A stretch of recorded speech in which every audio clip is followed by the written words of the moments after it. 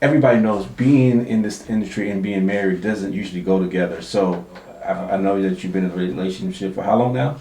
Well, 20 years. When I first started in the industry, I was told certain things and I just went with it, and I didn't really understand how that would affect me down the road. But it affected me, and that's how I learned. I learned through my own failures that this wasn't working. And then I'm sure you get a lot of haters or naysayers, and some people may not even believe your relationship is real. So I get either, you could have found better than him, or the toss of the coin is, you must have married rich, and neither of them are true. And I think it's sad that people can't differentiate sexual market value and financial wealth with true value, with real value. Real value has nothing to do with how you look or what your finances are. True value is somebody who has character, who has loyalty, integrity, all those things that are so important in a relationship and what keep it long term. Yeah, how do you meet that person? It's those that have been there from the start, that saw you through the struggle, when they had nothing. Your back was against the wall and they were there for you. They're the ones that made you smile.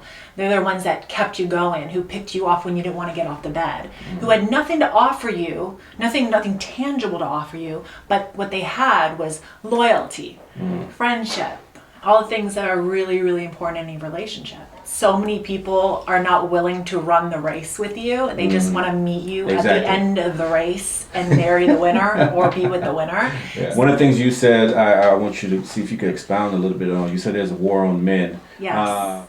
There's something happening. I don't know if it's because of men or women, but something's happening to the men. So if you ask my husband, he'll say social media is the devil. Okay. And the reason why I say that is because social media has created this very false, unrealistic expectation for women that they can become entrepreneurs and they can be independent and all they have to do is look pretty and they can be successful.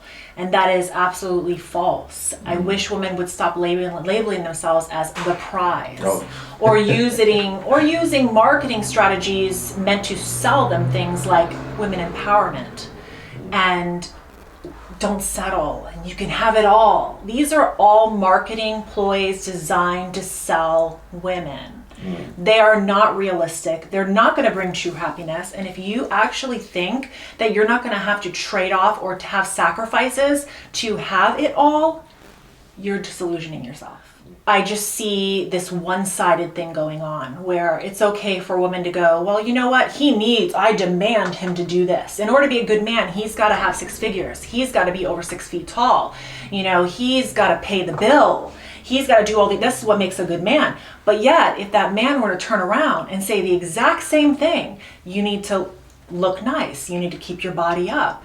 I can't be the only one making all the money. You can't tell me that. And this is wrong. It's not one-sided. You're not the prize. The true prize is when a man and a woman come together as a partner and work together to make things work. That is the true prize. I like that.